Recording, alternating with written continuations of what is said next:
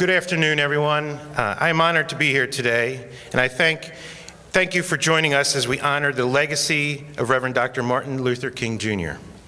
My name is Jeffrey Fetcher, and I am the Superintendent of Schools of the Abington School District, a position to which I was appointed this past November.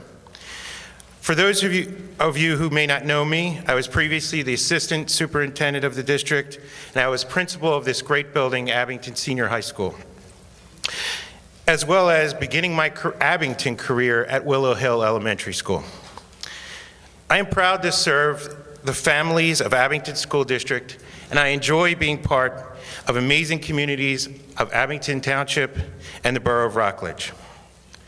I want to thank Abington Township for organizing this event each year, as we are always happy to provide the use of Abington Senior High School Auditorium for making such an important occasion.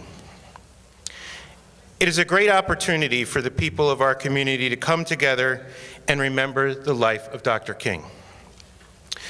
Dr. King and his message of peace and acceptance is one we teach throughout the grade levels here in our schools.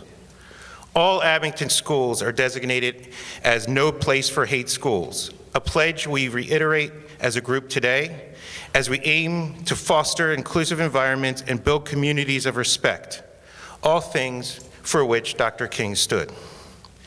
This observance holiday is one that is celebrated in each of our buildings in many ways. However, it is celebrated through service and education. Many of our schools held special assemblies on Friday. Some will hold special events today and through this coming week. Today, however, you will have a chance to hear from several groups of our students. We are lucky enough to have performances from 3 of our schools, Overlook Elementary School, Rydell Elementary School, and Abington Junior High School. Our students and staff appreciate the opportunity to be here with everyone today to help continue the memory of Dr. King. And we hope that you enjoy these musical performances from the students of Abington School District later in the program. We ask that throughout the program, if you please stay unless you need to leave due to an emergency, so that we have consistency throughout the program so everyone has a great audience today. So thank you very much and welcome.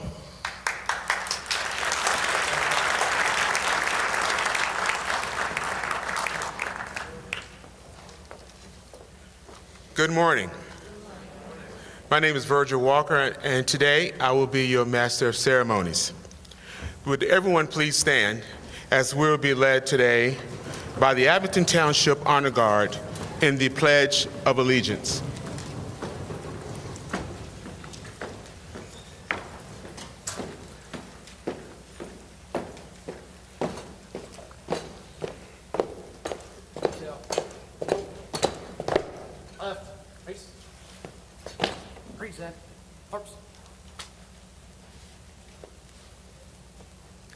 Please state the Pledge of Allegiance. Hands over your heart. I pledge of allegiance for which is of the United States of America and to the republic for which it stands, one nation, under the God, indivisible, with liberty, justice for all. Would you please remain standing for the Negro National Anthem, Lift Every Voice and Sing, and we'll be led by Ms. Renee Royal, accompanied by Pastor Paul Scott.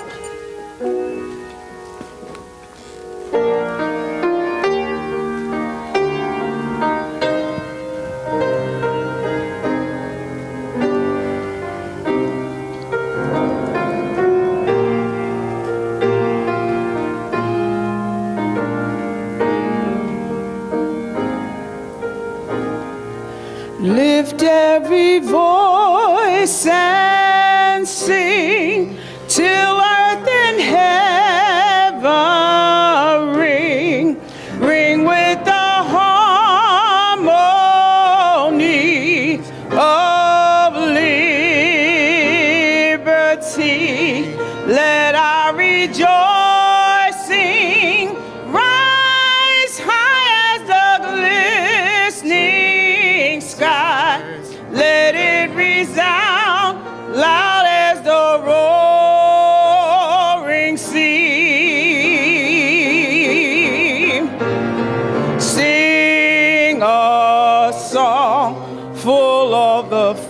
that the dark past has taught us. Sing a song full of the hope that the present has brought us. Facing the rising sun of our new day begun. Let us march on till victory is won.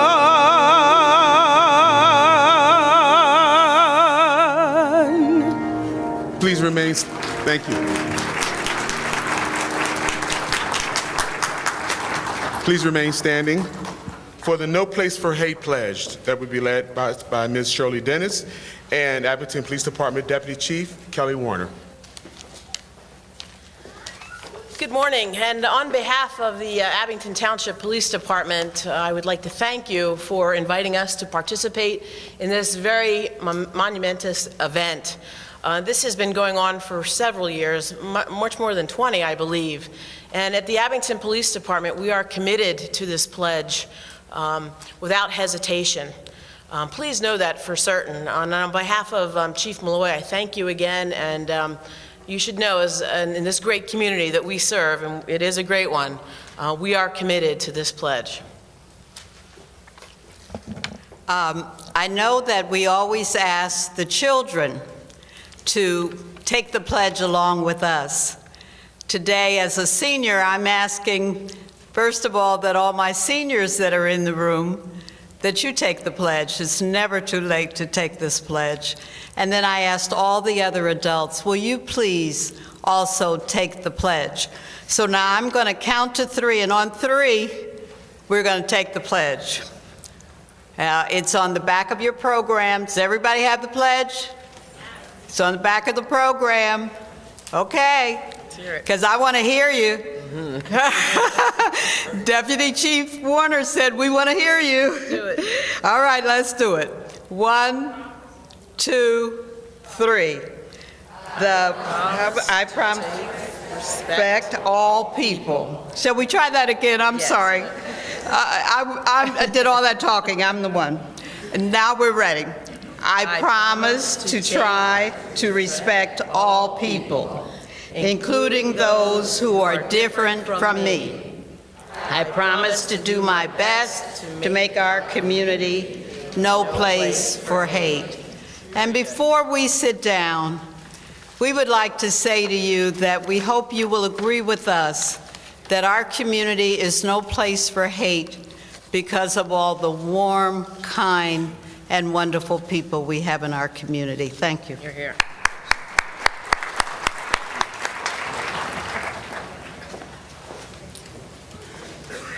I have the distinct honor and privilege to represent our present our federal, state, and county officials. One that really needs no introduction. The first one we will call right now is the Honorable Josh Shapiro, Attorney General of the Commonwealth of Pennsylvania.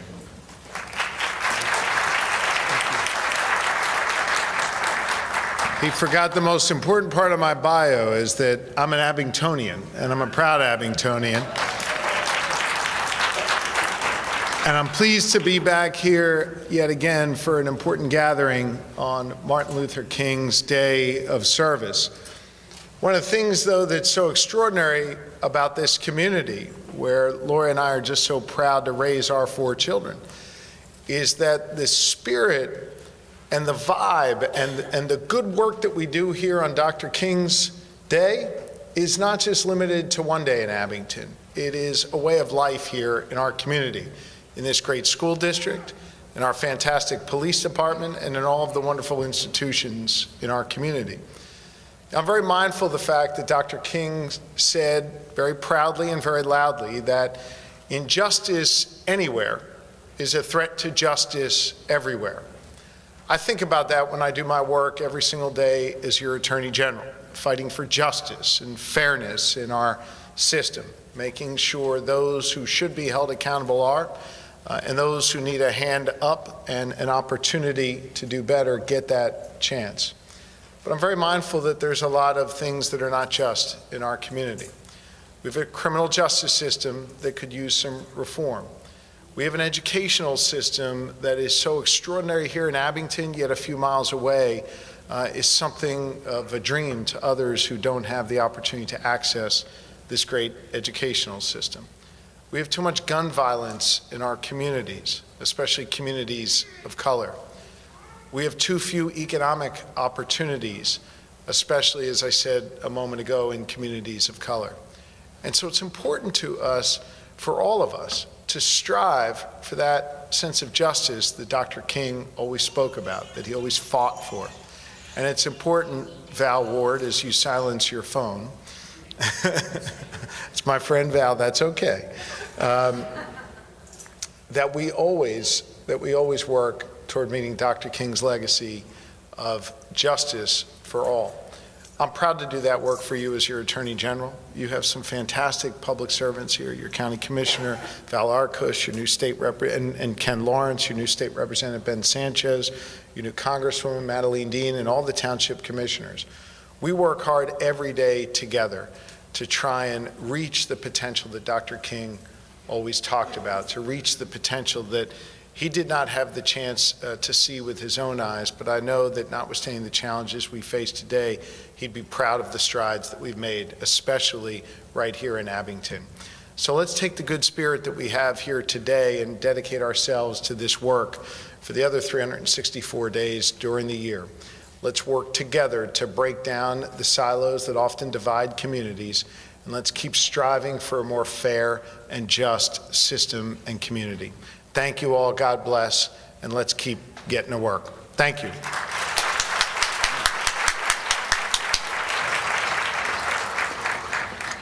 Thank you, Attorney General. I'm going to introduce several other individuals in a minute or so, but I have to tell you, I think these people have clones or body doubles or whatever, because I watched them in the last campaign. I'm telling you, they were everywhere all the time, day and night. I just don't know how they were able to accomplish it. But be assured that you have hard-working public service for you. At this time, I have the honor and privilege, again, to ask the Honorable Madeleine Dean, U.S. Representative for the 4th Congressional District, to please come forward.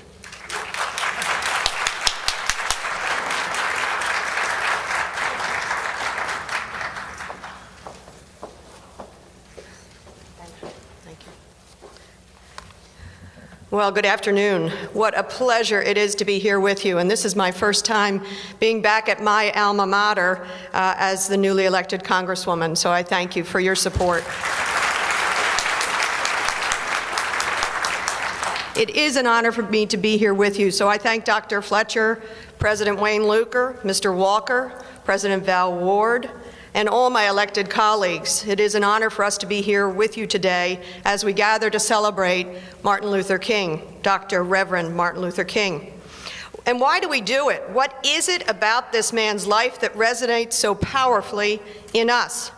For me, King's legacy runs even deeper than his courageous leadership, his eloquent speeches, or his strength and tenderness in the face of breathtaking hatred. King had all of those qualities, but he also had profound insight into how we human beings work. What makes us tick? What makes our lives go well or poorly? Some of his most striking answers appear in the letter from Birmingham jail. And before I was a public official, before I found public service, I taught for 10 years. I taught writing. And whatever semester it was, I made sure to teach the letter from Birmingham jail. I commend it to you for reading or rereading today. King worries aloud about discrimination and what hatred does to people, including his own little daughter. How he wrote, quote, "depressing clouds of inferiority begin to form in her little mental sky," end quote. He talks about how it feels to live, quote, "constantly at a tiptoe stance, never knowing what to expect next, and plagued with inner fears and outer resentments, when you are forever fighting a degenerating sense of nobodiness." And he exhorts us to think of the personal consequences of public policy. For King, quote, "any law that uplifts human personality is just, and any law that degrades human personality is unjust." and an unjust law is no law at all. I was a little girl at the time of King's life and death, so I probably didn't fully grasp his words or his meaning. I saw it through the lens of my parents, who knew so powerfully what King's words meant. It meant justice for all, equality and opportunity for all, that we can and must live together in love and compassion. Of course, King knew that we don't always want to look too closely at the questions that trouble us, because we might not like what we see. That was the whole basis of his civil disobedience strategy. King wasn't interested in confrontation for its own sake, but he knew that when we stand with our hearts full and our backs straight, we can help this country grow. I have the pleasure today of offering citations from the Congress to our honorees who embody King's spirit. The Honorable Kelly B. Hodge is best known as the first African-American female district attorney of Philadelphia. Previously, she served as safe schools advocate during a painful time for the Philadelphia school system. In that role, she didn't treat troubled kids with a punitive mindset. Instead, she chose a path of conflict mediation and violence prevention, and it made a difference.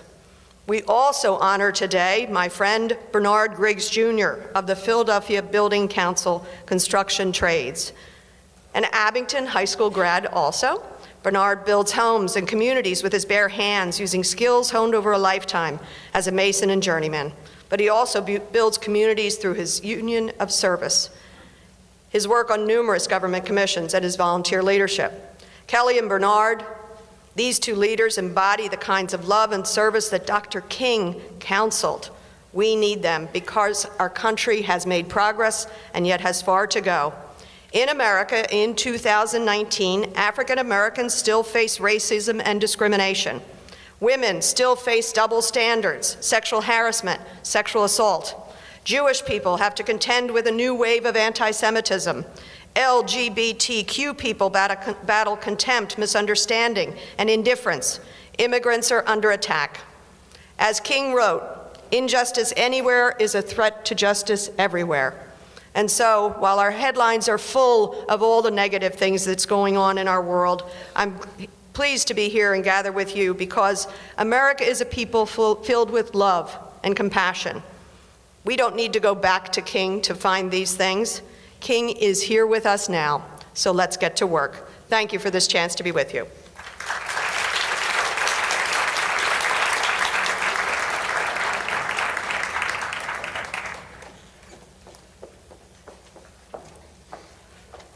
Next, I would like to call to the stage Mr. Dwight Lewis. Mr. Lewis is standing in today for the Honorable Art Haywood, who's the state senator for the 4th Senatorial District.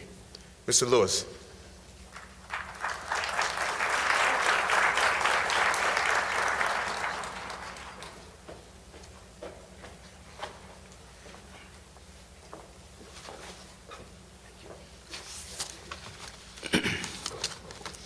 Good afternoon. I bring you greetings on behalf of Senator Art Haywood, who is hosting at this very cold and freezing hour a Raise the Wage rally at a McDonald's in Philadelphia. McDonald's establishments are making millions, yet they are paying many of their workers still $7.25 an hour. My name is Dwight Pedro Lewis, Chief of Staff and Ethics Officer for Senator Haywood. I wish to give our best and thanks to the elected officials here today for their service and the volunteers who are ordinary people doing extraordinary things for the greater good of the community. As we honor Dr. Martin Luther King today, we reflect on his legacy, his dreams, and tireless pursuit of equality and his push for a country without hatred. Thus today, we celebrate love. The world has placed Dr. King's I Have a Dream speech as his greatest speech. However, many may not know that it was not his favorite speech. In fact, his favorite speech to give was titled The Three Dimensions of a Complete Life. According to Dr. King in 1967, the three dimensions of a complete life deal more with the spiritual aspect of things. Dr. King said the three dimensions of a complete life are length, breadth, and height. The length of life is accepting yourself and accepting the tools that God has specifically given to you, then using those tools to the best of your ability to fulfill your life's purpose. This is considered self-fulfillment. The breadth of life, in Dr. King's words, mean the outward concern for the welfare of others. It is all about humanitarian efforts, putting the welfare of others before yourself. And finally, the height of life, in Dr. King's words, deals with reaching up to the higher power. He states, now, if life is to be complete, we must move beyond our self-interest. We must move beyond humanity and reach up, way up, for the God of the universe, whose purpose changeth not. It is in that spirit that we celebrate two community champions who continually demonstrate the three dimensions of a complete life.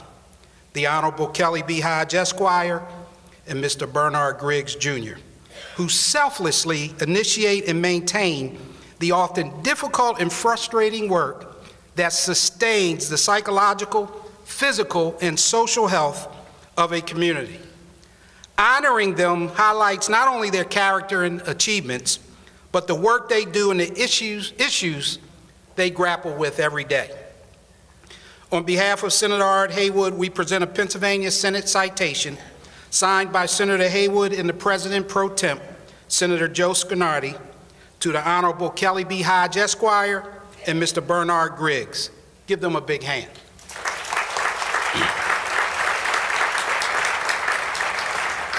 I leave you with a quote from Dr. King.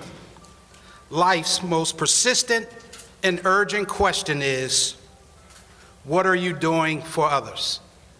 Thank you, and God bless you.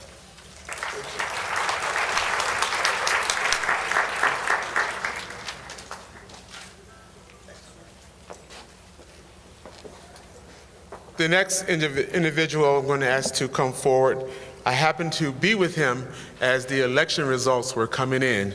So I saw the glee on his face and his wife, and it's a great honor and privilege to ask the Honorable Ben Sanchez, State Representative for the 153rd Legislative District, to come forward.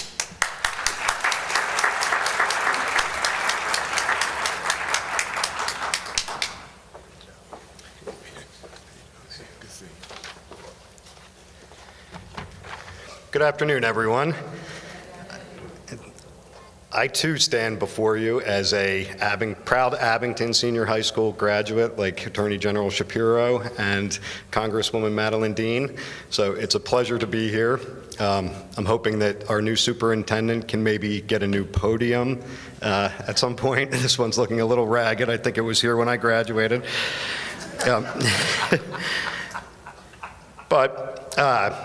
Again, an honor to be here. Wanted to share with everyone that last week in Harrisburg, in one of my first official acts as your new state rep, I had the honor of co-sponsoring House Resolution 31, which recognized January 20th to 26, 2019 as Martin Luther King Jr. Week of Remembrance in Pennsylvania. Thank you. My colleague, Representative Ed Gainey from Allegheny County, spoke of King, stating that Dr. Martin Luther King was a singular man of unshakable faith and conviction who marched from protest to protest through numerous towns and cities across this country, preaching a message of nonviolence aimed at securing equal protection for all, regardless of race. During his brief life, Dr. King used his leadership and his eloquent voice to convey his belief that peaceful resistance could awaken the American conscience and advance the cause of civil rights and justice. While Representative Gainey spoke about MLK, he asked for anyone who believes in Dr. King's dream to stand with him, which I proudly did along with many of my colleagues. And it was not lost on me that while any celebration of Dr. King's legacy is certainly worthwhile, one day or even a week of remembrance for MLK is simply not enough. If we truly believe in Dr. King's dream, we must carry it in our hearts and try to be true to it at all times. I know I will, and I hope you will too.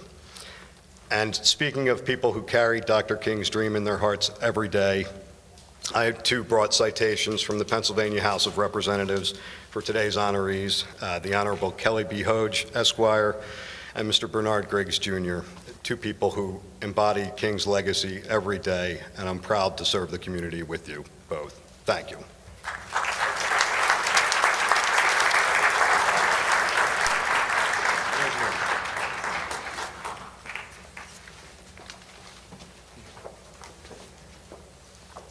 The next person who will come forward is a lady that I ask her often, how are you able to keep track of all of these meetings all over the county, all over the state?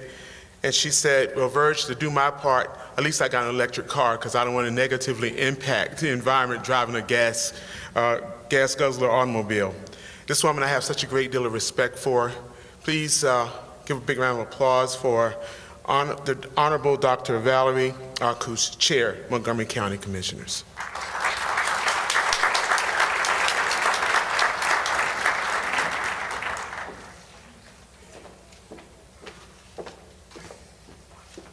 Thank you, Virgil. Good afternoon, everyone. It's such a pleasure to be here with all of you. I want to thank Commissioner Luker, who's hiding behind the curtain here, lest you think that he's not here, for inviting us. And I'm so happy to be here today with the Vice Chair of our Board of Commissioners, Ken Lawrence, who you'll hear from shortly, as well as all of the other elected officials who do such extraordinary work in our community. We are so blessed here in Montgomery County to have federal, state, and local officials who work together so closely, hand in glove, sharing the same values and the same goals for our community, which is to make this community a welcome place for everyone, no matter where they come from, who they love, what work they want to pursue, what language they speak, what faith they practice or not, that this is a welcoming community for everyone, that truly hate has no home here. I also bring proclamations from Montgomery County for our two honorees, the Honorable Kelly Hodge and my dear friend Bernard Griggs, Jr. It looks like they're going to have some new wall space in their house after this day, given all the proclamations that they've received. But their work is important, and our thanks and our gratitude to them is heartfelt.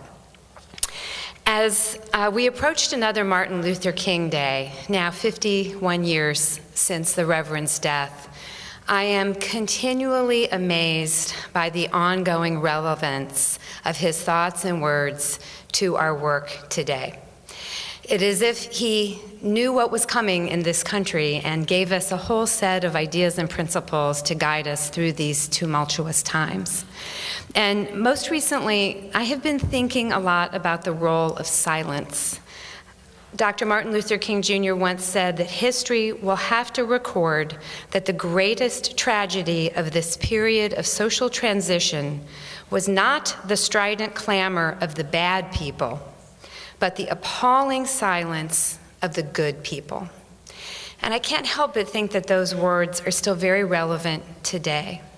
They've been relevant throughout history. Commissioner Lawrence and I had the extreme good fortune of being taken on a trip to Israel. We've been back now just for a week. And you cannot walk through the Holocaust Museum, Yad Vashem, in Israel and not come out of there realizing the impact that silence had on the Jewish people and in Jewish history. And I hope today that while we acknowledge that we've made a lot of progress in this country and certainly here in our community in Montgomery County, it will take each and every one of us making choices together every single day to keep this moving forward. I urge all of us to honor Dr. Martin Luther King, not just one day a year, but as Representative Sanchez said, every single day of the year. And what is important about that is we have to all commit to see the need around us, to look around every day and say, what contribution can I make?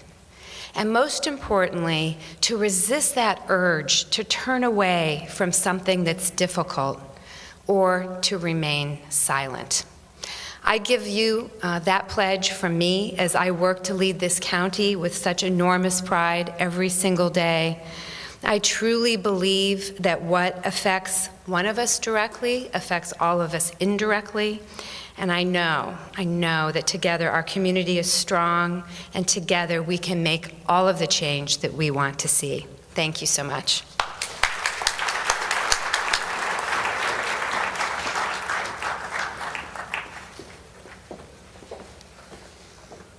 Last but certainly not least, I will ask the Honorable Ken Lawrence, who's the Vice Chair of the Montgomery County Commissioners. I met Ken on a Saturday morning where he was teaching children, little kids, about civics. I think that's just a snapshot as his commitment to the community that he serves in Montgomery County. Mr. Lawrence, please come forward.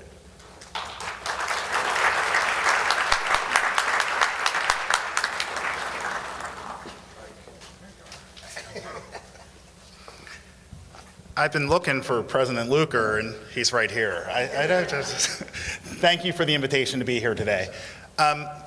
You've seen we are blessed in Montgomery County with great elected officials from the federal level, Congresswoman Dean, state, Ben Sanchez, our Attorney General Josh Shapiro, my colleague Val Arkush, Senator Haywood's office. It's very hard to go last. They took all my stuff, all of it, all of the quotes. But it's good to be here at Abington High. I will confess, I'm a North Penn Knight. But I represent all of the county now, and I love all of our school districts equally. And it's a pleasure to be here. I want to congratulate our award recipients, the Honorable Kelly Hodge and my brother Bernard Pierce. Kelly and I share that first distinction. I am the first African-American commissioner in Montgomery County history, as she is the first district attorney of Philadelphia, or in the Commonwealth.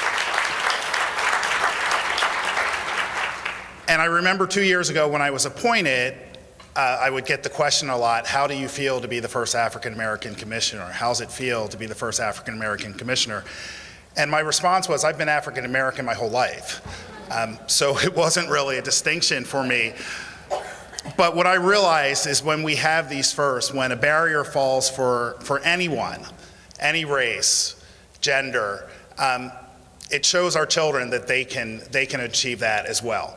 So now there's African-American girls in Philadelphia who can look and say, I can be the district attorney of Philadelphia.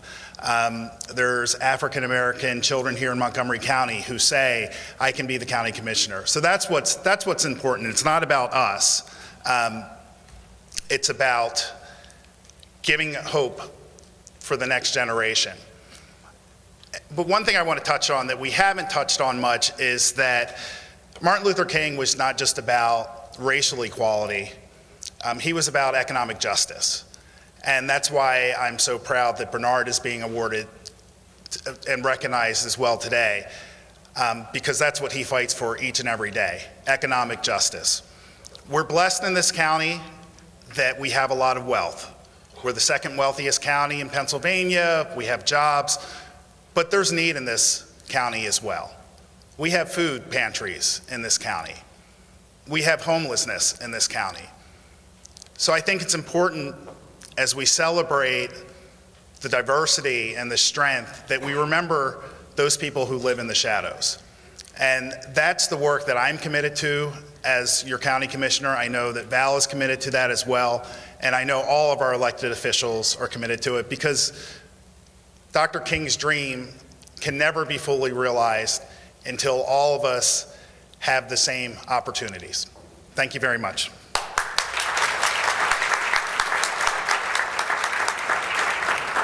I'd like to thank all of the elected officials who were here today to address you. As you can imagine, on MLK Day, they're in high demand, so excuse them if they have to leave. The next On our program, we're having another musical selection by Renee Royal and Pastor Paul Scott. I must say I'm a little biased. I think they're the greatest. I perform with them quite often, and but not only are they friends, but they're great musicians and people.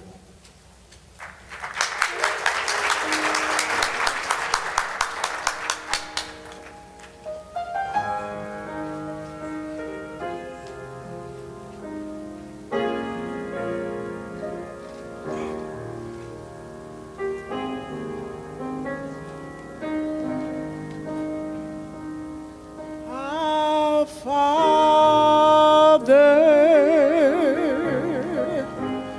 who art in heaven,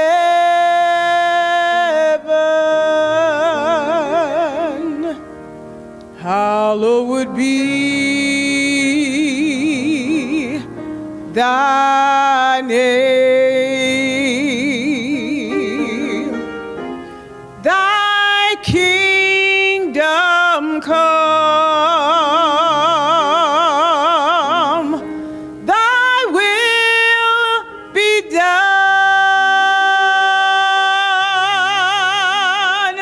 in earth as it is in heaven.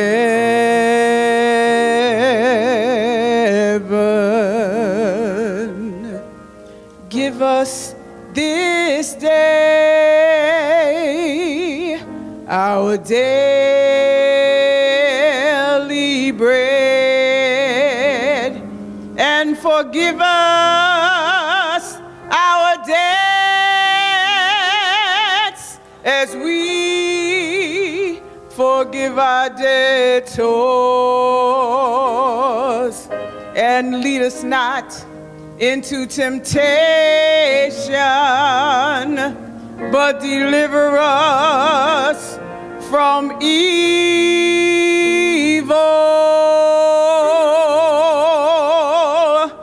For thine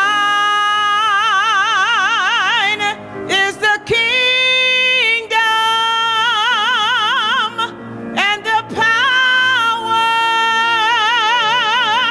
and the glory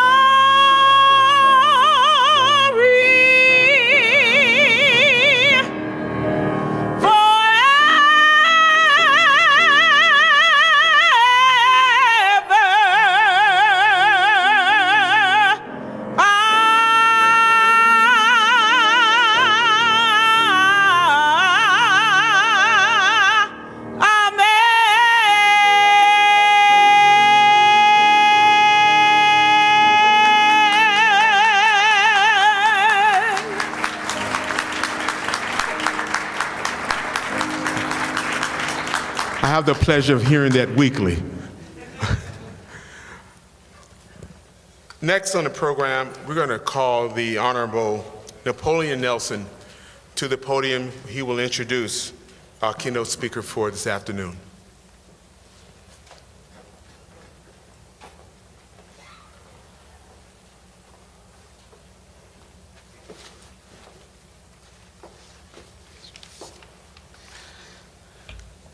Man, I didn't want to follow that. Thank you. It is my absolute honor and pleasure to be able to stand here today and introduce the Honorable Ms. Kelly Hodge. Well, sort of. I'm a Cheltenham resident and parent and former school board member, so I'm kind of raising my kids to not really like this place. I hope you understand. But I appreciate you, Brother Luker, for being a bigger man and inviting me anyway, despite my allegiances. It is my honor, again, to introduce and to credentialize in a way Ms. Kelly Hodge. Please bear with me. The Honorable Kelly B. Hodge is of counsel at the law firm of Elliott Greenleaf in Bluebell. Ms. Hodge rejoined Elliott Greenleaf after serving as the 25th District Attorney of Philadelphia, one of the largest prosecutor offices in the country. And in 2017, Ms. Hodge was elected to serve as the district attorney by the Board of Judges of the Court of Common Pleas for the First Judicial District. Upon her election, Ms. Hodge became the first African-American woman to lead the District Attorney's Office in its 167-year history, and the first African-American woman to lead a District Attorney's Office in the Commonwealth of Pennsylvania.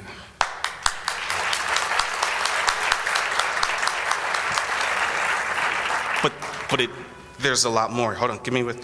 Before leading the district attorneys, Ms. Hodge was the first independent Title IX coordinator at the University of Virginia, where she helped develop and implement sex and gender harassment policies across the university's 11 campuses. Ms. Hodge worked proactively and effectively to address alleged sex and/or gender-based harassment and intimate partner violence. She was appointed by Governor Tom Corbett to work as the Safe Schools Advocate for the School District of Philadelphia, and later served on the Pennsylvania Joint State Commission on Violence Prevention. There's more. Ms. Hodge has developed an extensive and comprehensive trial, litigation, and compliance practice over the course of her 20-year legal career. She has a wealth of legal experience and expertise in criminal law, higher education law, elementary and secondary education, risk assessment and compliance, state and federal government policy, advising, and civil rights. There's more. She's amazing. Ms. Hodge earned her law degree from the University of Richmond and began her career as a public defender in Richmond, Virginia in 1997. She joined the Philadelphia District Attorney's Office in 2004 and worked there for 8 years as a trial attorney and supervisor. While at the District Attorney's Office, she also taught as an adjunct professor of law at Drexel University. Ms. Hodge is a Montgomery County native, currently serves on the boards of Villanova Law School's Institute on Commercial Sex Exploitation, the Community College of Philadelphia's Center for Law and Society, Mission Kids of Montgomery County, and the Pennsylvania Innocence Project. She is a member of the Philadelphia Bar Association, the Montgomery County Bar Association, the Forum of Executive Women, the Lynx Incorporated, Alpha Kappa Alpha Sorority Incorporated, and Jack and Jill of America. She serves as a mentor to high school girls in the Philadelphia area through the Women of Tomorrow Mentor Organization, and she lives in Philadelphia with her husband and 11-year-old son. I'd ask for your round of applause and turn over the microphone right now, but that is an awful lot of black girl magic right there.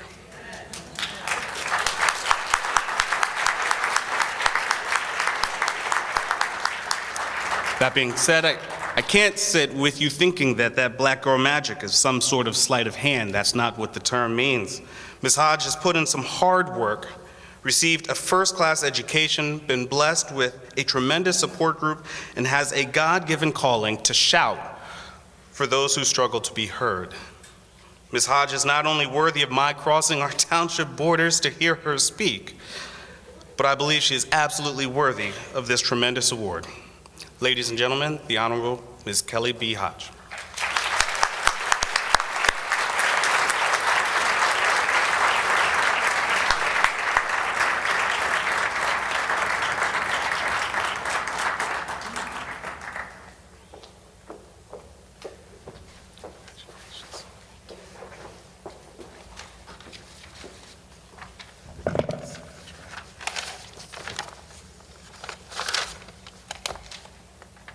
Good afternoon, everyone.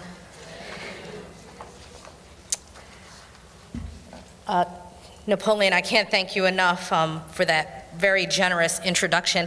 And I'll confess, usually I'm very comfortable, way more comfortable speaking off script because I'm used to just doing that in the course of my business and work as a defense attorney and a prosecutor who's argued in front of some juries. But today I'm going to stay on script because I know we have a time frame that we're trying to keep within, and also it's going to help me make sure that I don't forget some of the important points that I have reflected upon before coming here today and being invited and asked to share words.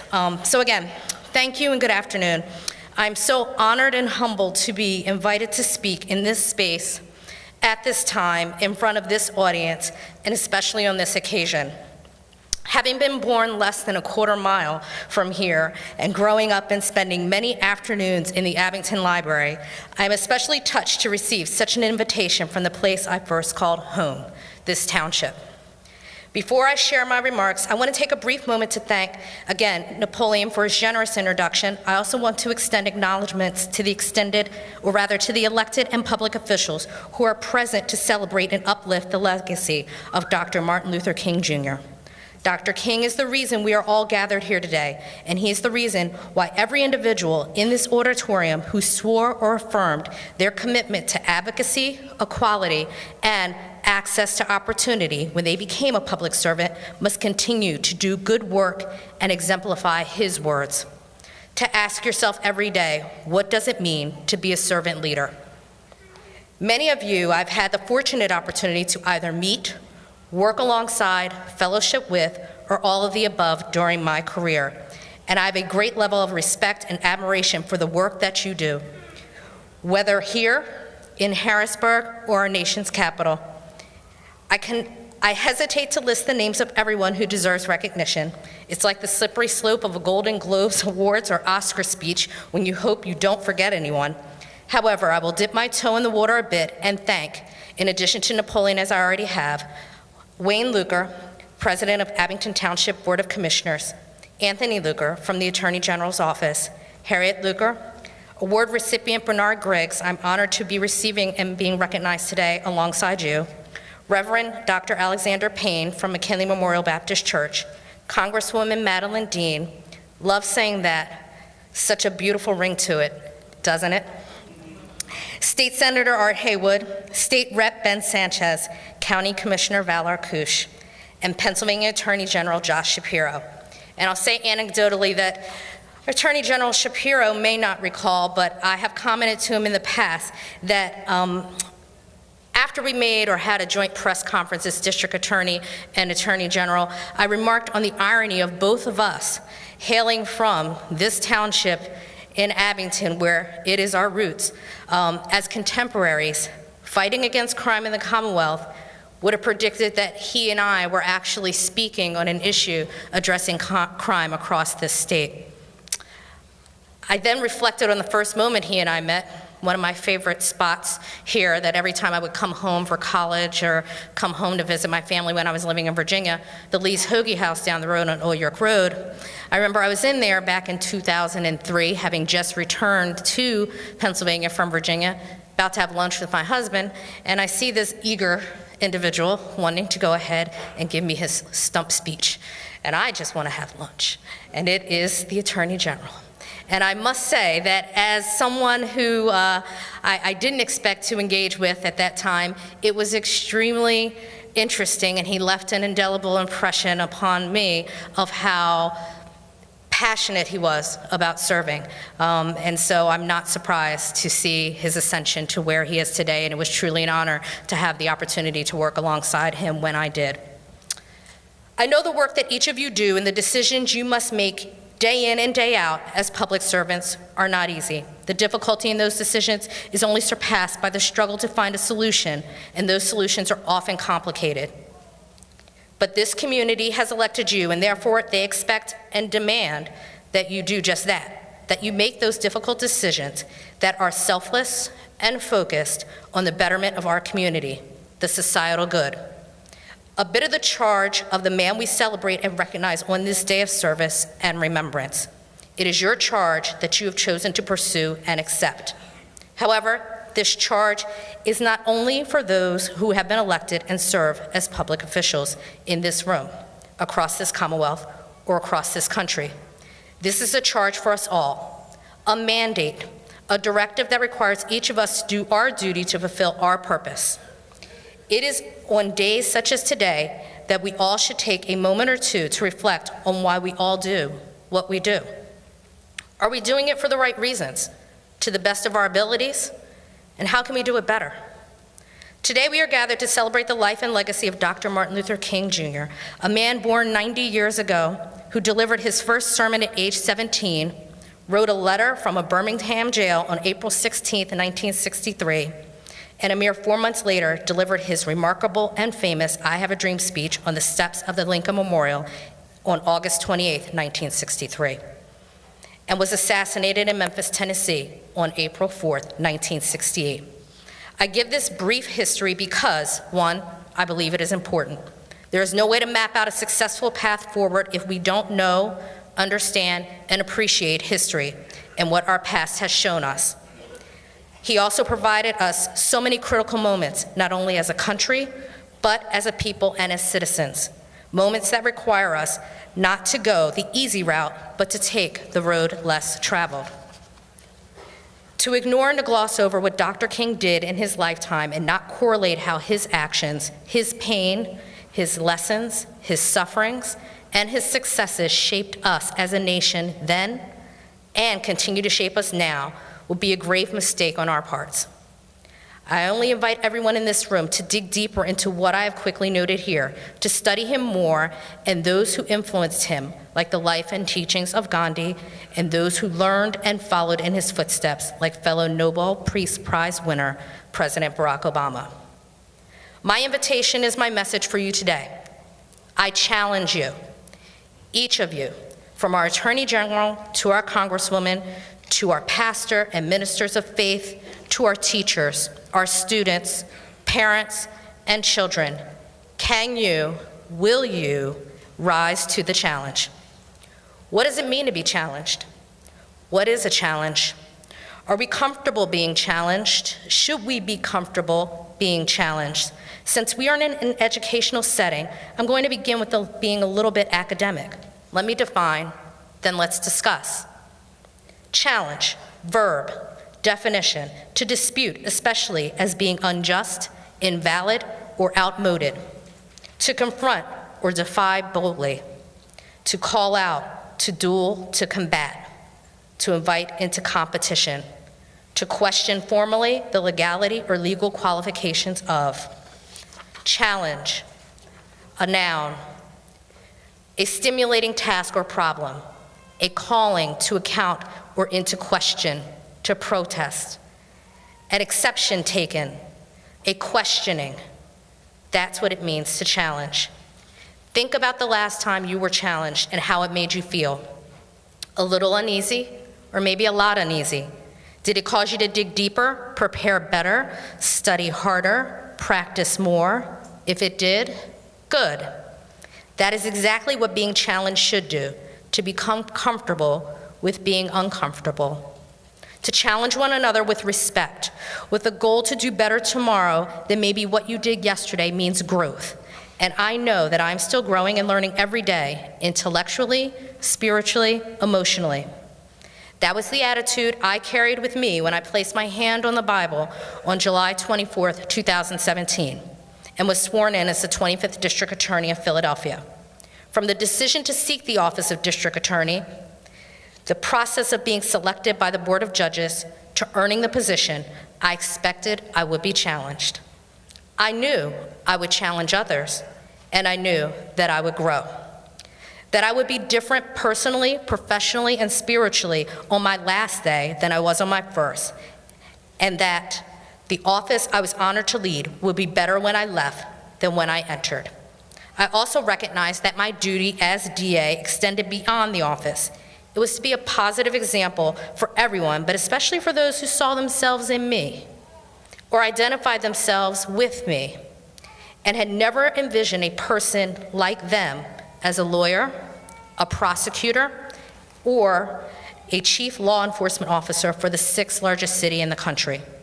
And I relished in the fact that I could and did invite young ladies, children, and students to intern or visit my office so they could see, quote unquote, the view from up there, and hopefully be inspired to see themselves seated there one day. These are very similar words that I shared on the day I took my oath. While we all may be very familiar with the commonly quoted verses of Dr. King's speech in 1963, with the backdrop of Abraham Lincoln overlooking his shoulders and the thousands assembled to hear, I want to share another portion of the speech that was spoken then, as if penned yesterday, for today. We have also come to this hallowed spot to remind America of the fierce urgency of now. This is no time to engage in the luxury of cooling off or to take the tranquilizing drug of gradualism. Now is the time to make real the promises of democracy. Now is the time to rise from the dark and desolate valley of segregation to the sunlit path of racial justice. Now is the time to lift our nation from the quicksands of racial injustice to the solid rock of brotherhood. Now is the time to make justice a reality for all of God's children. It would be fatal for a nation to overlook the urgency of the moment. It would be fatal. As it would have been then, it is so now. We cannot overlook the urgent need today to be a voice for the voiceless, to identify our path and guide our children on theirs, to take the road less traveled and to script or adopt our mantra, our words to live by, so to speak. Mine, I have two. One is be the change you wish to see in the world, and the other, since 11th grade when I saw the movie Dead Poets Society, is Carpe Diem, or seize the day. I seek to seize every day, to be humble and thankful in any and every success, and to be thoughtful and reflective in each of my failures. To learn from every experience and to fulfill my duty, which is to be the best daughter, wife, mother, sister, friend, and confidant that I can be. And I hope that tomorrow I will be the same, but better. Always striving to improve, but never losing sight of what is important. Family, faith, integrity, and humility. Being self-aware and humble, to be strong and vibrant in my voice as a Black woman, and to be cognizant of the need to help others who look like me navigate this fundamentally flawed and inherently biased world. Life is not fair, but no one promised it would be. That doesn't mean we abandon living. It just means that we make better choices about how we live so that we give as much, if not more, than we receive, and we do so without the expectation of anything in return. As one famous poet I adore stated, life for me ain't been no crystal stair. It's from Mother to Son, or rather titled Mother to Son by Langston Hughes. But if it had, I wouldn't be who I am. I've had second, third, and fourth, or rather I have second, third, and fourth guessed myself many days and nights. I have prayed, held a rabbit's foot, looked for a four-leaf clover, and thrown salt over my shoulder, hoping that I would be accepted into my high school, Mount St. Joseph Academy, get into the college of my choice, thanks UVA, pass the bar exam, Commonwealth Virginia, one and done, get the job offer of a lifetime, all of them, and develop lifelong friendships with people who care as deeply as I do about making sure those who are often overlooked, locked out, forgotten about, or marginalized are down in front, heard, and seen.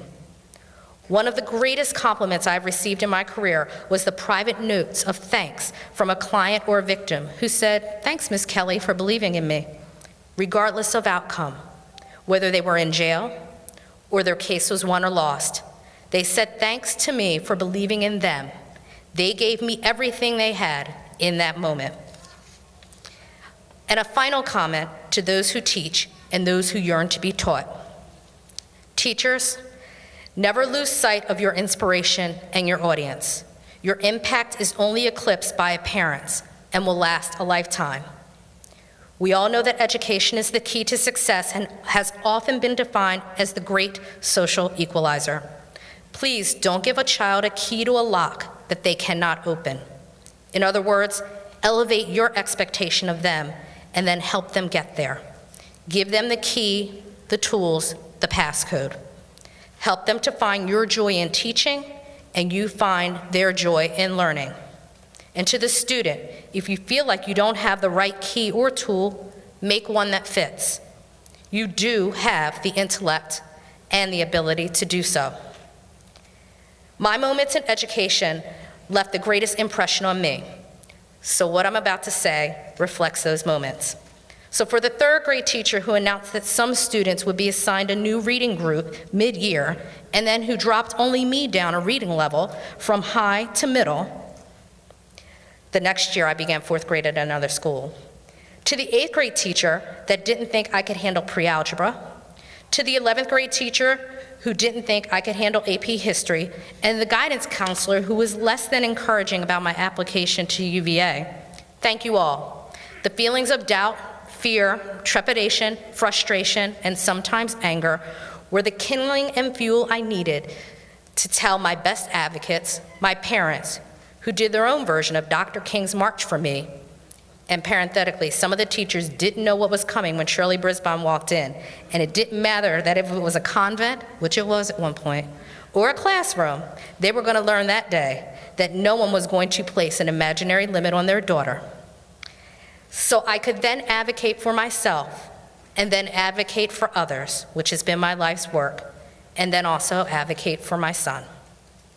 And to my 5th grade teacher who taught me forensics and started my love for public speaking, and my 6th and 7th grade trips courtesy of my dad and his Optimist Club to Montgomery County Courthouse for Law Day, this began my interest in law, to volunteering in high school and Community Service Corps, to dressing up as Harriet Tubman for my NAACP Youth Chapter Black History Month performance at Shirley Dennis's office, to my first job at Dairy Queen, to traveling to spend a summer in Venezuela while in law school. I thank my parents for taking me to Washington, D.C. in 4th grade so I could participate in my first march to make Dr. King's birthday a national holiday. To my husband, who's been with me since UVA and has provided endless support and challenged me when I needed it. My friends, colleagues, and my best gift, my son. I would not have the opportunity to accept an invitation like this, but for what you all have given to me.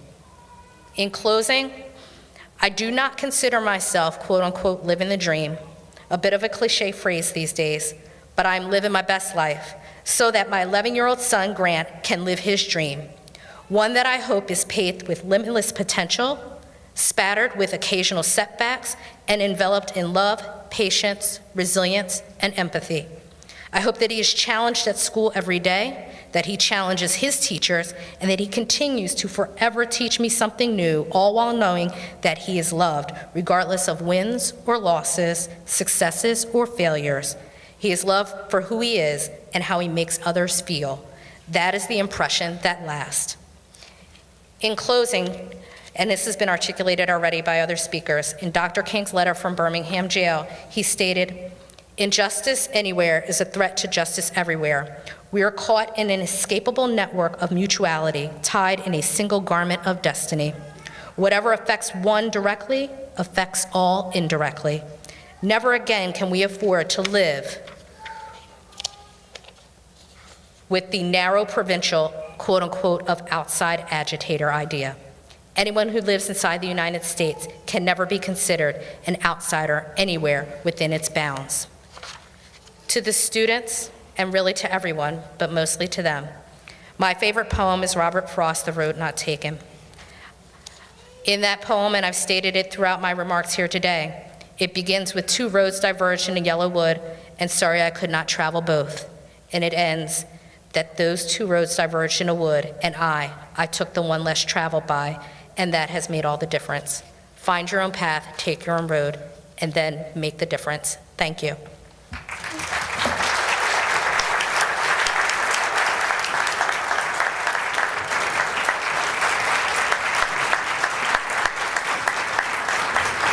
Yeah, I think that deserves a standing ovation.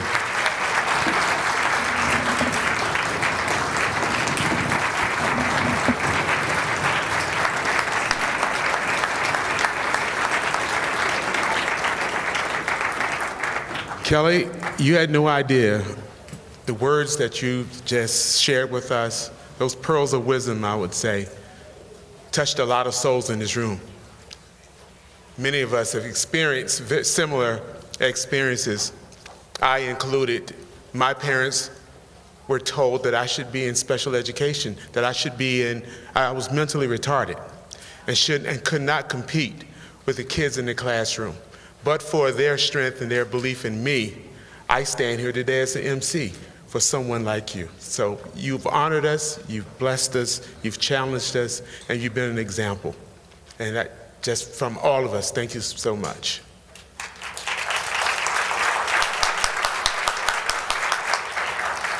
The next part of our program will be a tribute to Dr. King, and the person who's going to bring forth that tribute has been behind this curtain, and you all have probably been looking like, who's this man back here that everyone is talking about?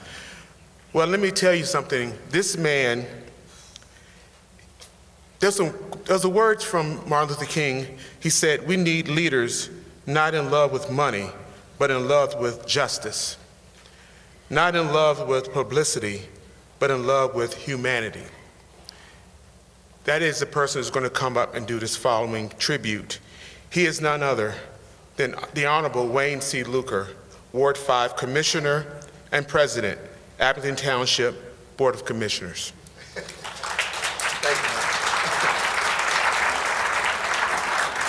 Thank you. I'm not going to say anything. I'm just going to turn it over to the children. And at this time, the Facilities Department mentioned to me that we're going to go slightly out of sequence. We're going to start with Rydell Elementary School under Dr. Lindsay Morgan, principal, if they would come forward. And they asked me if I would fill in between schools because they had some time that they wanted to do setup. So I can take this opportunity to thank a lot of people behind the scenes as Rydell Elementary School makes its way to the podium. First, I want to thank Dr. Fletcher, the superintendent of the Abington School District, for the welcome address, and also thank the Abington School District Facilities Department, who comes in around 9 o'clock in the morning and sets everything up for the program today. The guys did a tremendous job. They do it every year, and I want to thank them for that. And also the Abington School Board of Directors who are here today. I can't see you because of the lights, but I just wanted to thank you all for being here. So if the school is ready, I will turn it over to, there are more children coming on? I see a whole army of young people lined up. Are they coming on the stage also? They're a little gun shy, so as the next 100 students come up on the stage, I'll take this opportunity to also thank Abington Township Manager, Mr. Richard Manfredi, who is supposed to be here in attendance today. Is probably here. I can't see because of the lights. And all the Abington Township Board of Commissioners who are here today. There's about 50 more students to come up. And I wanted to throw in a personal thanks or a word of thanks to Mr. Larry Mateo, who was instrumental in putting this program together since 1986. He recently retired, but I just thought it would be a tribute to him to thank him for what he did for about 35 years of helping to put this program together. I think we need another stage. Come on, children.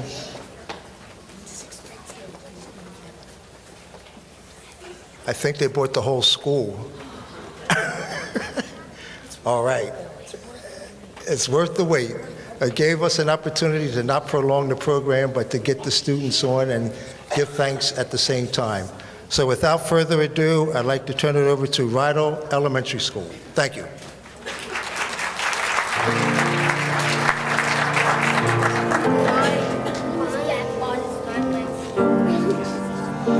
On April 3rd, 1968, Dr. Martin Luther King gave this speech at a protest march.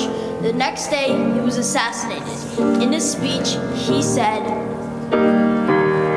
"Let us rise up tonight with a greater readiness. Let us stand with a greater determination, and let us move on in these powerful days of challenge, to make America what it ought to be.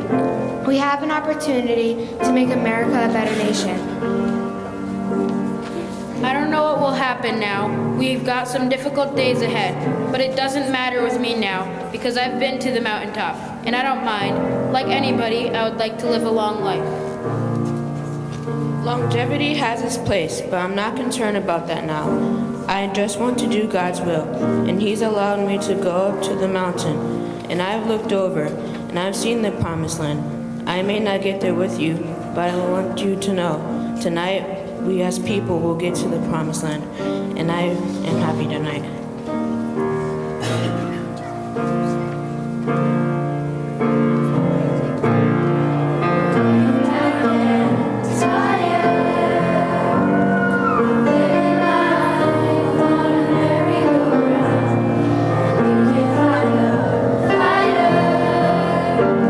I see it in you,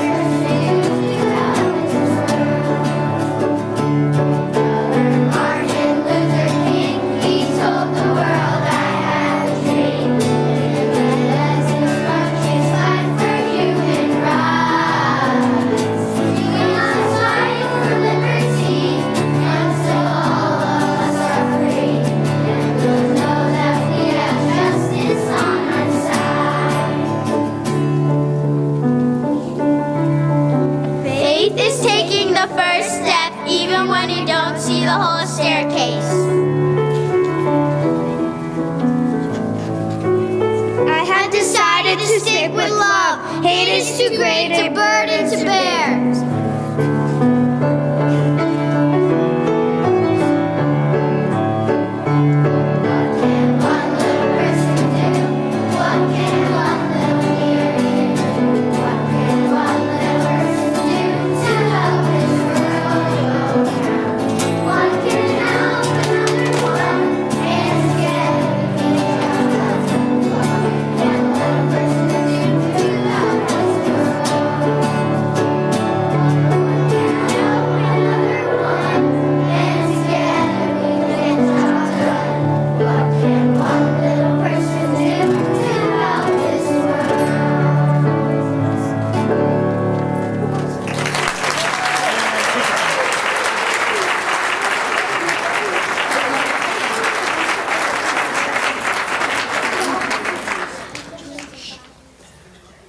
Can we have another round of applause for Rydell Elementary School? That was Rydell Elementary School. The principal is Dr. Lindsay Morgan, and I was corrected in saying that they brought the whole school, but it was well worth the wait to see all the children from the school come and perform for us today.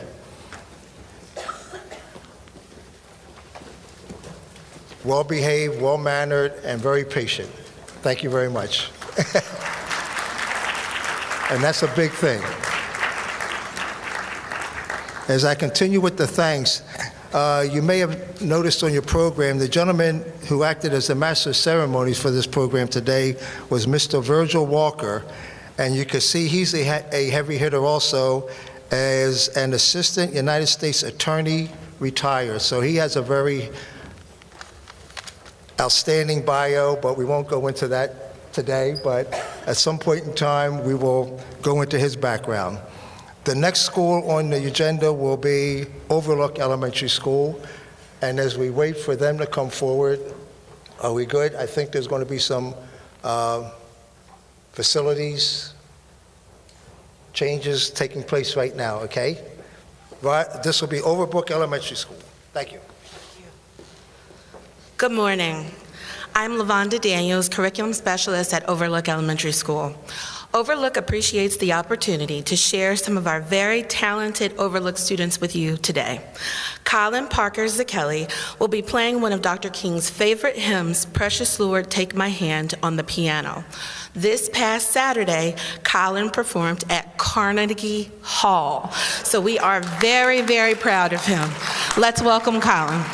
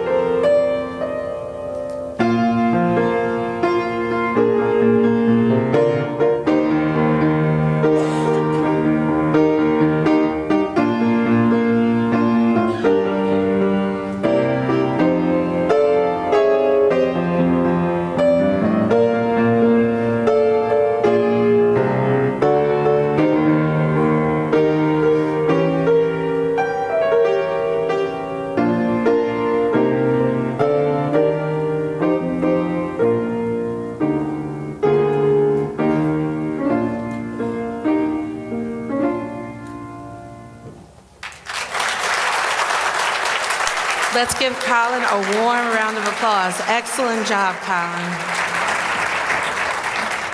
At this time, we will have a performance by the Overlook Bell Choir. I would like to invite their teacher, Ms. Julie Marigus, to share what they will be playing.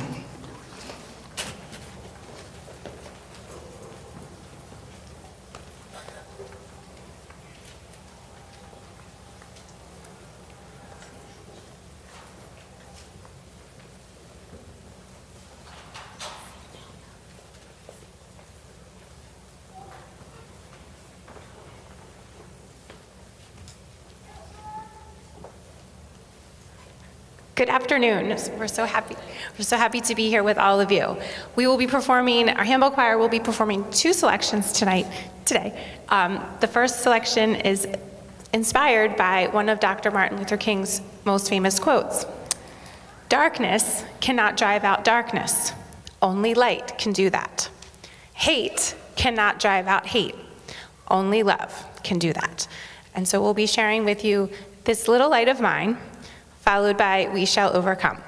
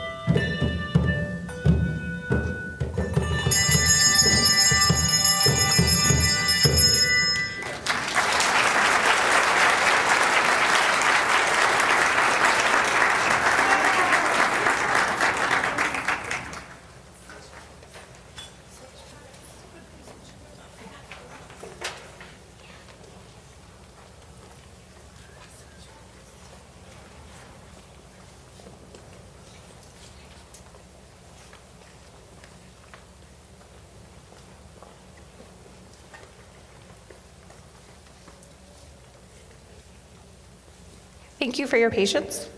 Little switcheroo. We want to make sure everyone gets a turn with the bells.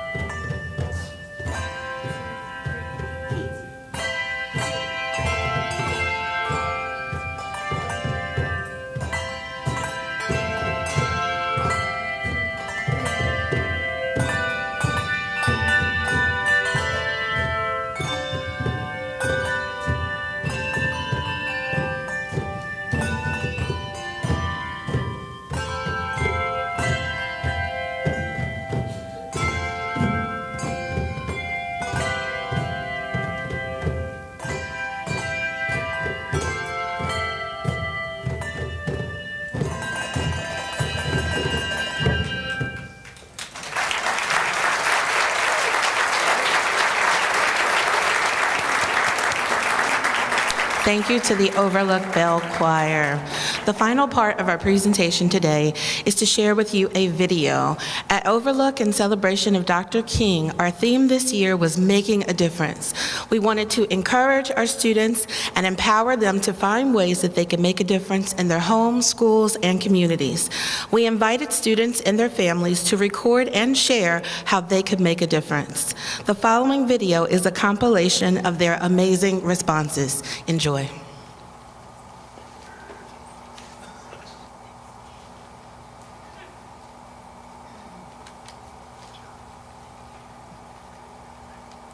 Dr. Martin Luther King Jr. was born January 15, 1929. He helped people use peaceful means to get equal rights. At Overlook Elementary School, we believe that we can make a difference. We celebrate the diversity and richness in our school and community and believe that we are better together.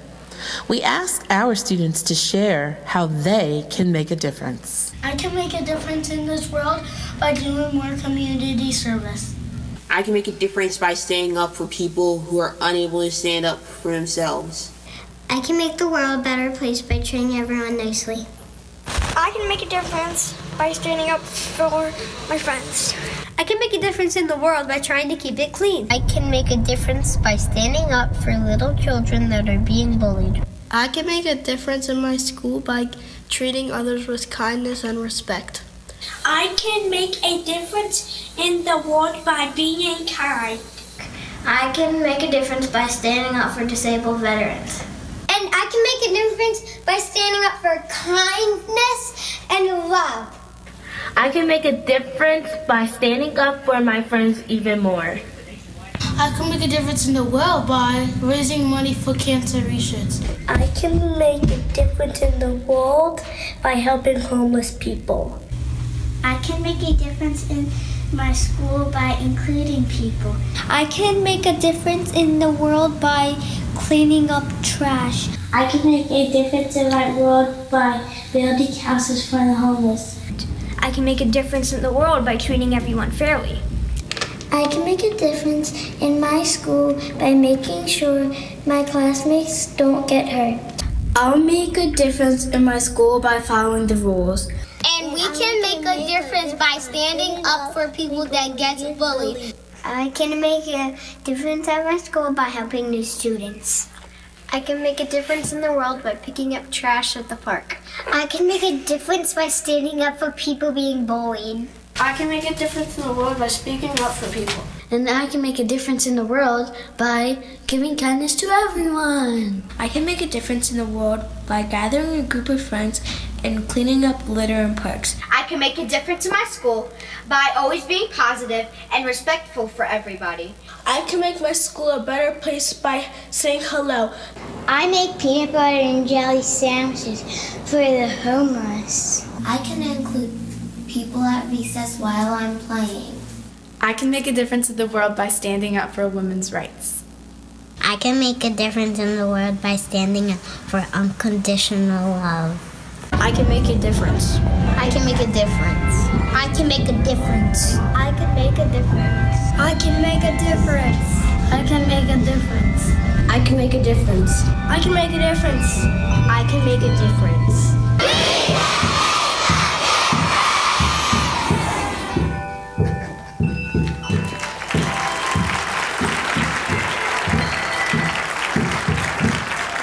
Again, thank you. That was, again, Overlook Elementary School under the principal, Mr. Joshua Perlman. The last group that we're going to have would be Abington Junior High School.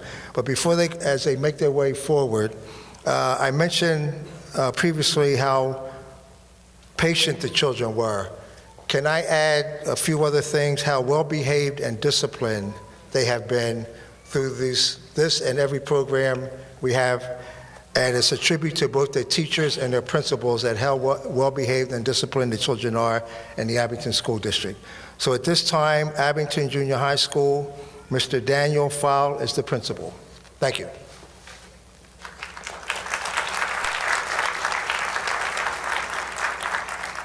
Good afternoon.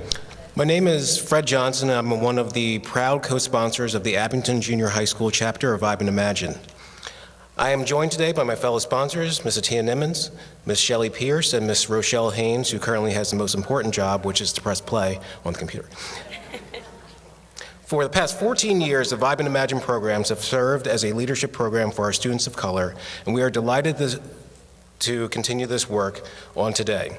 We are proud to bring to you this afternoon a series of reflections put forth by these fine young men and women.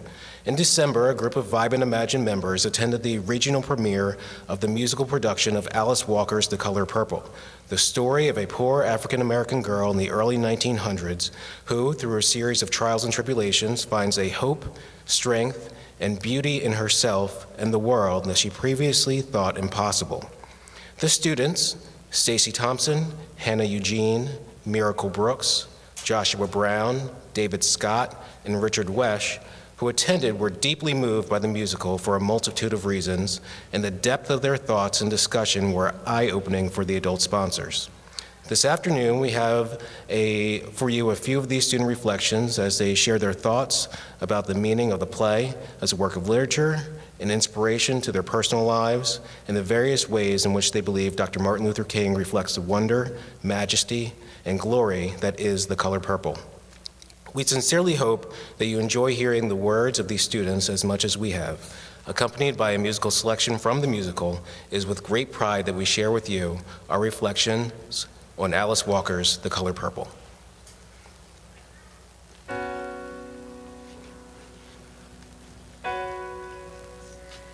Dear God, dear stars.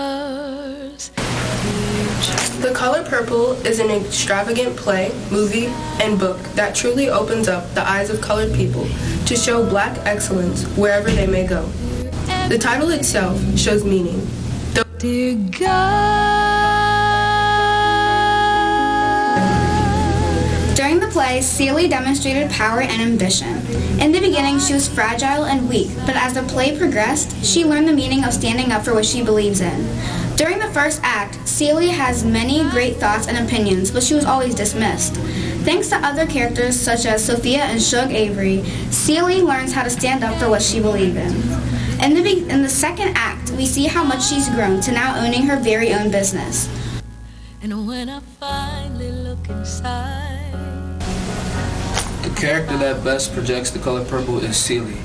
Celie shows The Color Purple by, at the end of the play, not letting her husband disrespect her anymore. By doing that, she showed courage by standing up to the husband and self-respect by not letting the things people called her define her. Shug Avery projects royalty, luxury, ambition, and power. She has a reputation for being a very powerful, and independent person within the play. Betty best projects devotion and wisdom. She projects devotion by constantly sending Celie letters and pursuing her dream. Nettie also projects wisdom by teaching the African tribe to rest. She also holds ambition, whereas she doesn't give up and encourages Celie to stand up for herself and work hard for what she wants and deserves.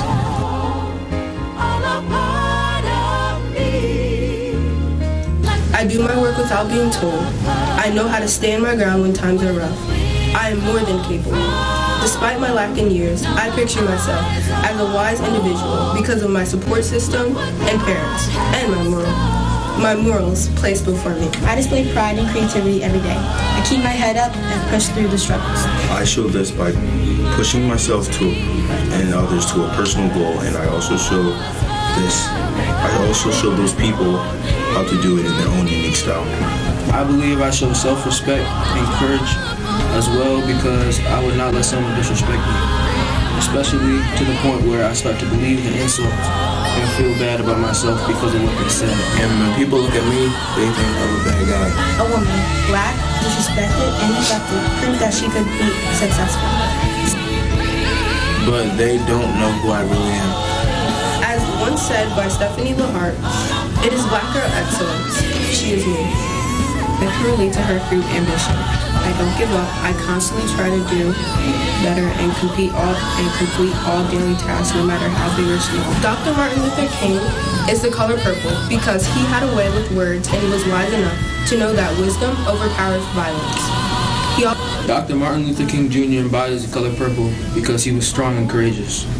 He shows independence and magic by standing up to a world that was against him and making a change. Martin Luther King embodies the color purple in many ways. Throughout his movement, people attempted to knock him down. Instead of giving up, he used his ambition and hope to keep fighting for equal rights. In the end, all of it paid off. Once segregated, schools, cafes, and towns are now open to everyone, no matter if you're white, Hispanic, Asian, Indian, and more. Martin Luther King is the color purple because he worked and struggled for success. Dr. Martin Luther King represents devotion and peace. He represented this through his persistence in the civil rights movement and his many speeches. Martin Luther King Jr. is the color purple because he had the power to stand up for all black lives everywhere. Martin Luther King embodies the color purple because he shows how standing up for yourself and speaking out helps you succeed in life.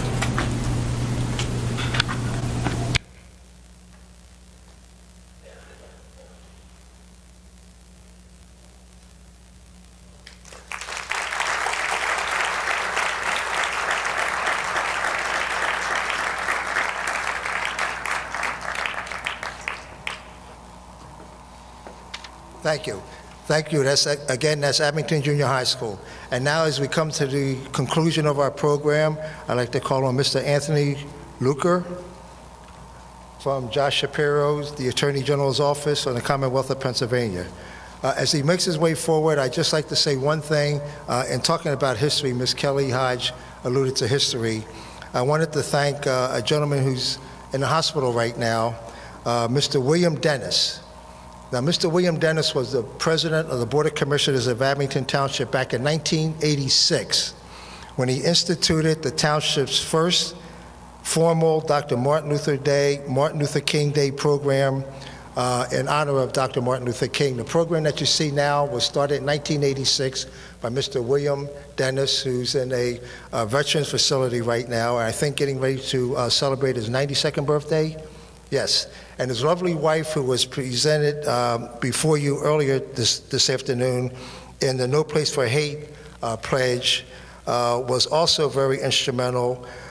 Ms. Shirley Dennis, when the Dr. Martin Luther King holiday was passed under the then Governor Thornburgh, Shirley was named the chairperson of the State Commission who oversaw the recognition of the holiday in the Commonwealth of Pennsylvania. So I think it's only fitting that we pay tribute to Mr. and Mrs. William and Shirley Dennis. Thank you. At this time, Mr. Anthony Luker.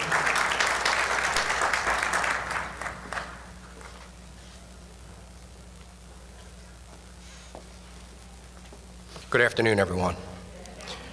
It gives me both honor and great pleasure to stand before you today, marking this 34th annual Reverend Dr. Martin Luther King Jr. Memorial Service. It gives me great pleasure to be surrounded by excellence on all levels. And as no slight to anyone else, I want to give our award recipients and honorees a round of applause for the black excellence that you are seeing today.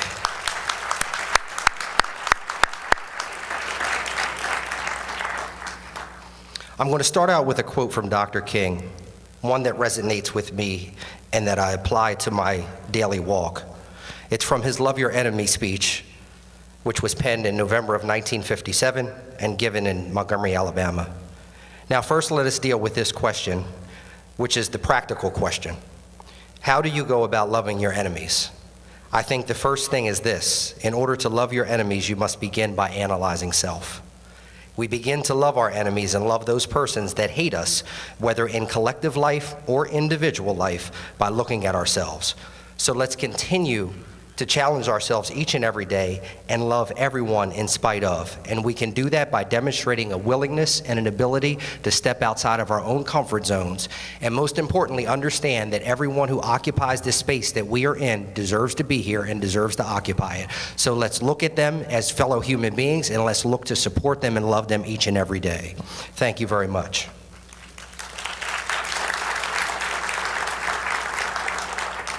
My second order of business, I stand before you today to recognize a true stalwart in our community, a man who has had a tremendous impact and also a graduate of this fine institution. as I am myself. Mr. Bernard Griggs Jr., a 22-year Mason journeyman of the Bricklayers and Allied Craft Workers Union, Local Number 1 of Pennsylvania and Delaware. Bernard Griggs Jr. is also the first African-American full-time representative of the Bricklayers and Allied Craft Workers Union, Local Number 1, which deserves a round of applause.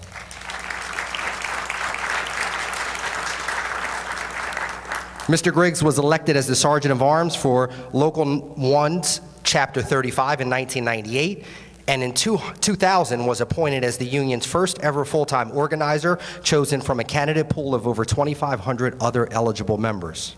In 2003, Bernard was appointed and still currently serves as a full-time business representative of the Philadelphia Building and Construction Trades Council, where he represents 42 unions encompassing 80,000 members. Bernard is also the co-chairman of the Council's Safety Committee and is chairman of both the Bucks and Montgomery County Building Trades Committees as well, respectively. Bernard chairs the Powerhouse Area Labor Management Committee, which oversees construction work at Exelon's nuclear and fossil fuel-powered stations in the Philadelphia region. In 2006, Bernard was appointed to the Delaware River Joint Toll Bridge Commission Board by then Governor Ed Rendell. The board is responsible for assuring safety and convenient passage over 20 bridges linking Pennsylvania and New Jersey, which is very important, especially in these days of the infrastructural issues that we are facing. In 2008, Bernard was appointed by the Montgomery County Board of Commissioners to the Montgomery County Strategic Economic Development Policy Task Force. This task force played a key role in helping develop a county-wide strategic economic development program for the county's 7-year, $105 million effort to revitalize older communities and attract private investments. In 2013, Bernard was appointed by the Montgomery County Board of Commissioners to the Montgomery County Development Corporation Board. In 2014, Bernard was elected to the executive board of the Greater Philadelphia chapter of the Coalition of Black Trades Unionists. Bernard is responsible for the coordination of the volunteer labor of the building trades unions that donated thousands of hours of time to help nonprofit groups. Some of these notable examples are as follows. They completed a renovation of a house in Philadelphia for the Pennsylvania Legion Housing for Homeless Veterans Corporation. The entire construction of this project was filmed and aired on the primetime TV program HGTV Changed the World. Also, the construction of Imagination Land, which is a playground for special needs children in Bensalem. The complete interior renovation and installation of a new 3-story elevator for the Gildas Club Cancer Center in Warminster, and a new monument for the VFW Post 9198 in Bensalem. And the list of accomplishments goes on. Some of the awards and honors that Mr. Bernard Griggs has been recognized with is Bernard was the 2013 recipient of the NAACP Bucks County Branch Pioneer Award. He was also the 2015 recipient of the Montgomery County Democratic Committee Labor Leader of the Year Award, and the 2015 recipient of the Jack Costello Boxing Club Award. Bernard and his beautiful wife, Ella, of 20 years, reside in Bucks County, Pennsylvania with their 2 daughters, Madison and Mackenzie. And to take it a step further from Mr. Griggs' accomplishments in the professional arena, what's more important for us to recognize is that he's a great husband and a tremendous father to his 2 wonderful and beautiful daughters. So that's why we found it appropriate to recognize him this year, not just because he's rooted here in Abington Township, but also as someone who continues to help advance the mission of Dr. King. And in addition to that, Dr. King's commitment to stand in solidarity with our union brothers and sisters. So today, I bestow upon Mr. Bernard Griggs Jr., from the Philadelphia Building Trades and Construction Council, this Community Service Award 2019 for his dedicated service to the community in the spirit of Dr. Martin Luther King Jr., dated January 21st, 2019. And I'm going to accept this on Mr. Griggs' behalf, as he is away on business and was unable to join us this evening. But please give him a round of applause.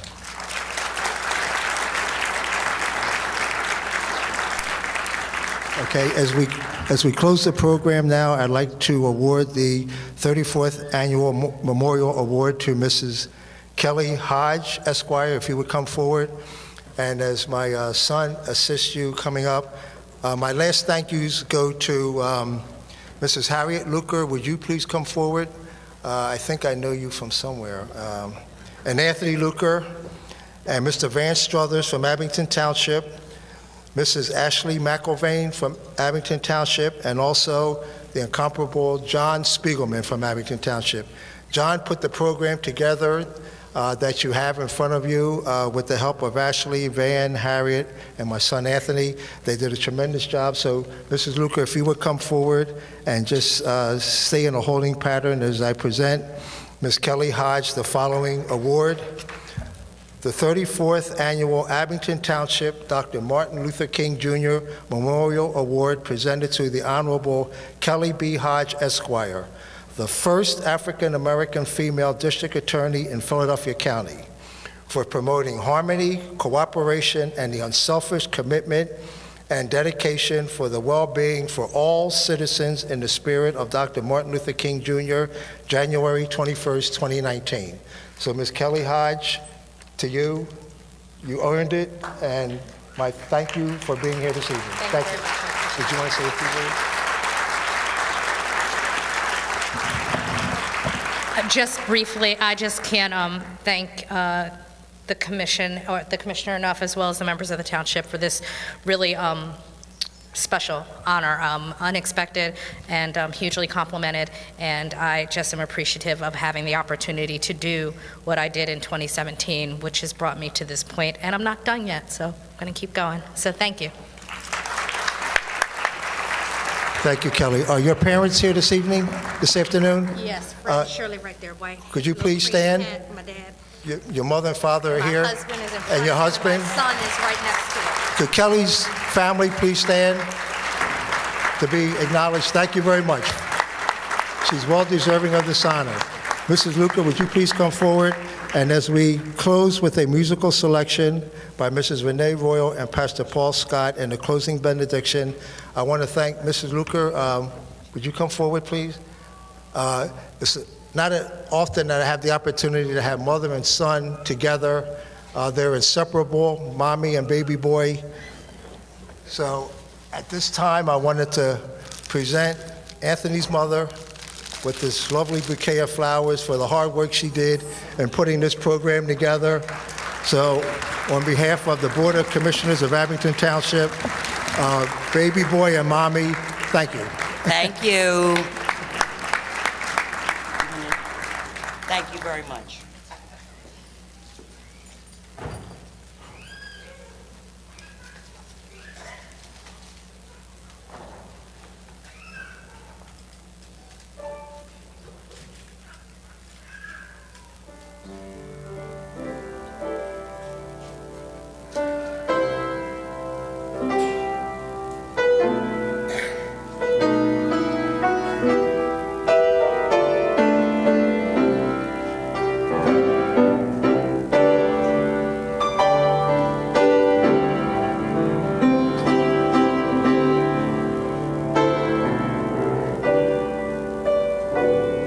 I made a vow to the Lord.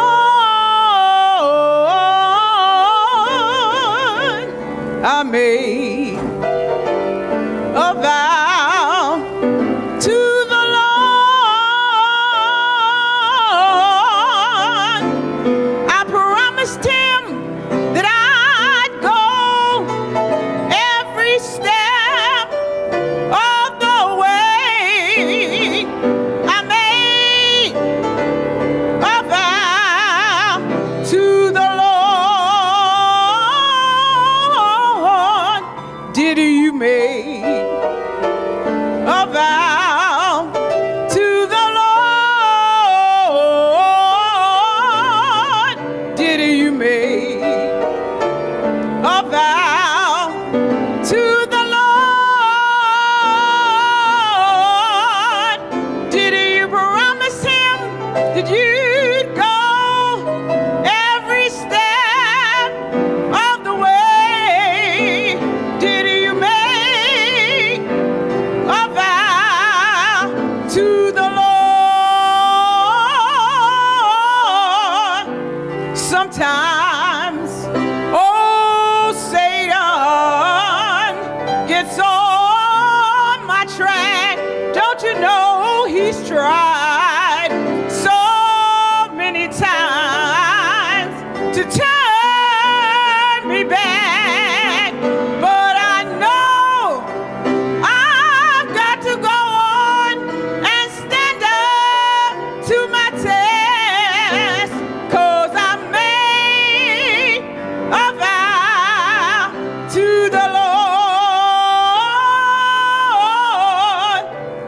I made a vow to the Lord. I made a vow to the Lord. I promised him that I'd go every step of the way. I made a vow. I made a vow. I made a vow to the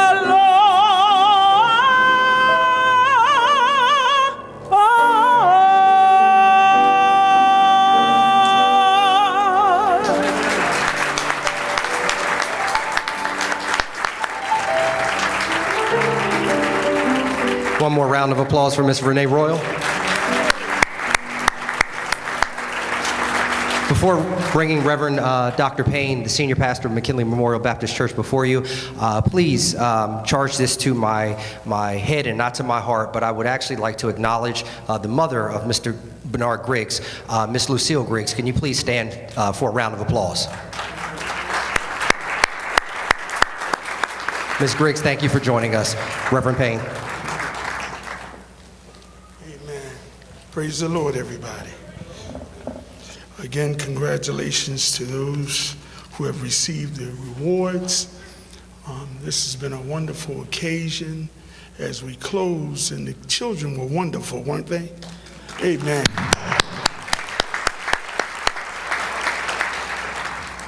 And as I sit back and watch and listened, I thought about when I heard someone mention it was 51 years ago, and actually watched the news today and realized that Dr. King would be 90 today.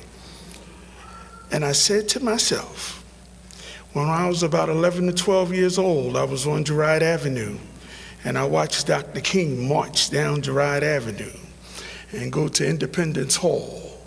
And I was a little kid back then in the late 60s, telling my age a little bit. And I watched him do that, and I didn't understand that might have been the last time that I would see him alive, but I stood on that corner and watched people march. And I understand today, as we close with prayer, and of all the things I've heard here today, I realized something that Dr. King had that we all could have. He had love in his heart. He had love in his heart. And not for just black people, but for all people. And that's what I love about him. And that's the legacy that I remember him. Of all the things he did, he loved people. So as we have a closing prayer, I would ask you to do me a favor, that you would grab the hands of your neighbor, whether you know them or not, and we look to God in prayer. Can you touch somebody close to you? Please. If you have to move closer to them, touch their hands. All for one and one for all. And if I can just love somebody, how this world could change. Because what the world needs now is love, sweet love. Let's look to the Lord. Father, in the name of Jesus, we thank you as we celebrate the life and the legacy of Dr. Martin Luther King Jr. And God, as we celebrate those who have received rewards today for working and for serving your people, God, we ask you to continue to bless this community, bless those who were here today to honor Dr. King, bless the children who performed, continue to lead them and guide them. We ask a blessing upon this community and upon this school and upon our nation, oh God. Allow us to continue to make a difference. God, we thank you for those who put the program together, that we can come together as one, because we are your people. God, we thank you today for your goodness, your grace, and your mercy. Allow us to keep the spirit of Dr. King, a spirit of service and a spirit of love, that we will love our fellow man, and love can make a difference. Have your way in our lives. Use us to your glory. It's in the wonderful and matchless and glorious name of Jesus Christ do we pray. And the people of God said amen.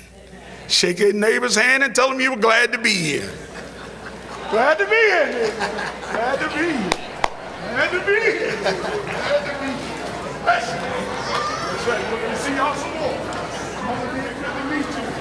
Bless you. I know you're down the road, but listen, we saw the same. Absolutely. Yes, sir. Good job. Good job. Wonderful. You had me all fired up.